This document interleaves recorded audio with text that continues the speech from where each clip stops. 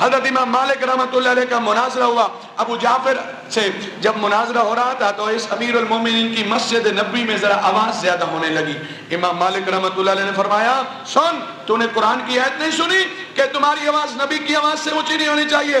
بھلے اللہ کے نبی علیہ السلام کا وصال ہو چکا ہے، جس طرح اللہ کے نبی علیہ السلام کی تعظیم ان کی ظاہری زندگی میں ہوتی تھی، حضور کے وصال کے بعد بھی اسی طرح تعظیم ہم پہ لازم ہے. اور میں مناظرہ بات کی بات ہے، تیری آواز میرے نبی کے دربار میں اونچی نہیں ہونی چاہیے. اور پھر اس نے پوچھا امام مالک سے، یا ابا عبداللہ استقبل القبلہ تعدو ام استقبل رسول اللہ؟ فرمایا حضور کے روضے پہ میں کھڑا ہوں، اے امام مالک ذرا آپ سے فتویٰ پوچھتا ہوں. اب میں نے دعا کرنی ہے، دعاؤں کا قبلہ تو ویسے اللہ ہے، دعا تو اللہ سے کی جاتی ہے. اب چہرہ کرنے کی بات ہے، بتا میں قبلہ کی طرف چہرہ کروں یا رسول اللہ صلی اللہ علیہ وسلم کی طرف چہرہ کروں؟ امام مالک سے پوچھا جا رہا ہے، کوئی آج کا بندہ نہیں ہے. امام مالک لکھنے والے قاضی یاز مالکی رحمت اللہ علیہ، آپ کو پتہ ہونا چاہیے یہ قاضی یاز مالکی رحمت اللہ علیہ کی جو کتاب الشفا، اس کا اتنا رتبہ ہے. ان کے بھتیجے نے ان کے وصال کے بعد ان کو دیکھا، کیا دیکھتے ہیں خواب کے اندر؟ سونے کا تخت لگا ہوا ہے، رسول اللہ اس تخت پہ جلوہ گر ہیں، قاضی یاز مالکی حضور کی صحبت میں بیٹھے ہوئے ہیں. اور بیٹے میں ہیبت داری ہو گئی. کہا ابا جان، اے چچا جان، معاملہ کیا ہے؟ فرمایا بیٹے میری کتاب کو مضبوطی سے پکڑو، یہ جو مجھے اعزاز ملا ہے صرف اس کتاب کے لکھنے کی وجہ سے ملا ہے. اللہ اکبر. پوچھتے اے امام مالک بتا میں چہرہ کعبۃ اللہ کی طرف کروں یا رسول اللہ کی طرف کروں؟ امام مالک کے جملے سنیے، کہتے ہیں وَلِمَا تَصْرِفُ وَجْهَكَ عَنْهُ ہو وسیلتوں کا وسیلت ابی کا. فرمایا حضور سے چہرہ کیوں پھیرتے ہو؟ یہ تو تمہارا بھی وسیلہ ہے، تمہارے باپ آدم علیہ السلام کا بھی وسیلہ ہے. امام مالک نے اس وقت فتویٰ دیا، فرمایا ایسا نہ کرو، چہرہ حضور کی طرف کرو، دعا اللہ سے کرو، وہاں اللہ سے معافی مانگو. وَاسْتَغْفَرَ لَهُمُ الرَّسُولُ، میرا رسول سفارش کر دے. فرمایا اللہ گناہوں کو معاف کرے گا، توبہ قبول کرے گا، اللہ بندے پہ رحمتوں کی بارش بھی برسائے گا. مجرم ہوں اگر تو منہ اشکوں سے دھوتے ہوئے آؤ، آؤ آؤ در تواب پہ روتے ہوئے آؤ. ارے مذکور ہے قرآن میں بخشش کا طریقہ، محبوب کی دہلیز سے ہوتے ہوئے آؤ. سنیے صحابہ کرام علیہ رضوان کس قدر. یہی امام مالک رحمت اللہ علیہ اگر جا رہے ہوتے نا، کوئی بندہ آپ سے چلتے چلتے سوال کرتا اور سوال حدیث کے بارے میں ہوتا، آپ اسے ڈانٹ دیتے تھے. فرمایا تجھے پتہ نہیں حضور کی حدیث ہے؟ اور حضور کی حدیث امام مالک چلتے چلتے بیان نہیں کر سکتا. ہاں بیٹھوں گا پھر رسول اللہ کی حدیث بیان کروں گا. حتیٰ کہ ایک بندے نے آپ سے پوچھا بھی چاہ، وقت کا وہ قاضی تھا، آپ سے چلتے چلتے جب حدیث کے بارے میں پوچھا، فرمایا اس کو 20 کوڑے لگاؤ. لوگوں نے کہا یہ تو قاضی ہے. فرمایا قاضی تو زیادہ مستحق ہے کہ اسے حضور کا ادب نہیں ہے.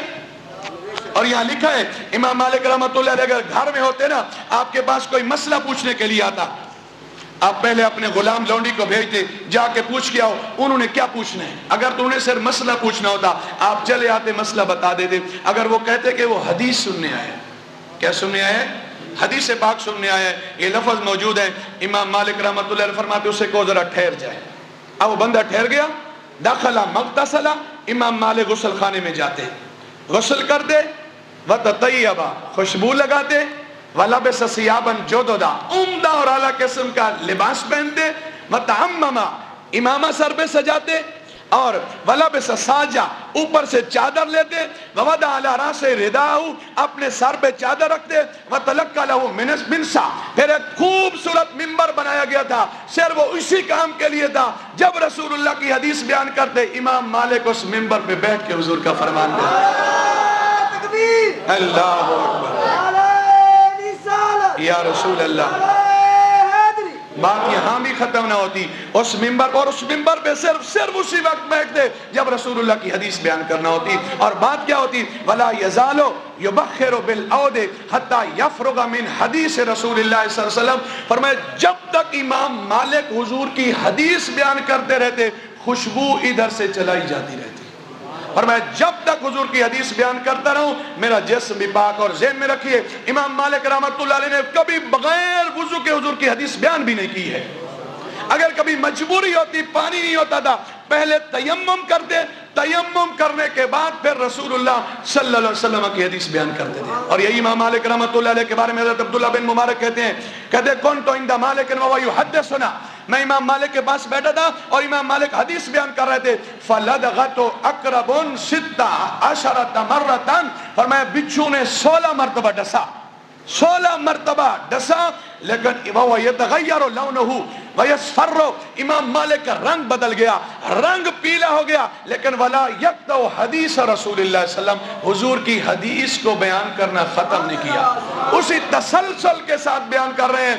16 مرتبہ بچھو ڈس رہا ہے. کہتے ہیں فَلَمَّا فَرَغَ مِنَ الْمَجْلِسِ، جب محفل سے فارغ ہوئے، وَتَفَرَّقَ عَنْهُ النَّاسِ، لوگ چلے گئے. قُلْتُ لَهُ يَا عَبْدَ اللَّهِ، جب لوگ چلے گئے میں نے کہا اے ابو عبداللہ بتا تو صحیح، معاملہ بڑا عجیب دیکھا ہے. حدیث بیان کر رہے تھے، نماز بھی نہیں تھی اور 16 مرتبہ بچھو نے ڈسا ہے، چہرے کی رنگت بدل گئی، لیکن تم نے حدیث کے تسلسل کو نہیں چھوڑا. ہاں فرمایا ہاں مجھے بھی پتا تھا، تکلیف مجھے بھی ہوئی تھی، لیکن سنو انما صبرت اجلالا لحدیث رسول اللہ صلی اللہ علیہ وسلم. فرمایا جب حضور کی حدیث بیان کر رہا تھا تو اپنی تکلیفیں ذہن میں نہیں تھی، حضور کی حدیث کا ادب ہی تھا. چونکہ وہ لوگ اصل میں جانتے تھے کہ یہ آقا کریم صلی اللہ علیہ وسلم کی ذات ہے، یہ وہ ذات ہے، اگر یہ نہ ہوتی تو پھر کائنات کی کوئی چیز نہ ہوتی. زمانے تے کوئی بھی آیا نہ ہوندا جے رب نے محمد بنایا نہ ہوندا. بابا سے سبحان اللہ بول دے.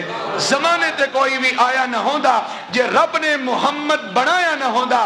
نہ اے عرش کرسی، نہ اے چندر تارے، شب و روز دے، نہ اے ہندے نظارے، نہ جنوں بشر تے نہ کوئی پرندہ، حیاتی مماتی نہ مویا نہ زندہ، نہ حوران دے کسے، نہ آدم نہ حوا، نہ یعقوب یونس نہ یوسف زلیخا، نہ ملدی کسے نو کدی زندگانی، ہوائے نہ ہوندی نہ ہوندا ہے پانی، نہ عرشی نہ فرشی نہ خاکی نہ نوری، زمانے تے ہوندا نہ کچھ بھی ظہوری جے رب نے محمد بنایا نہ ہوندا.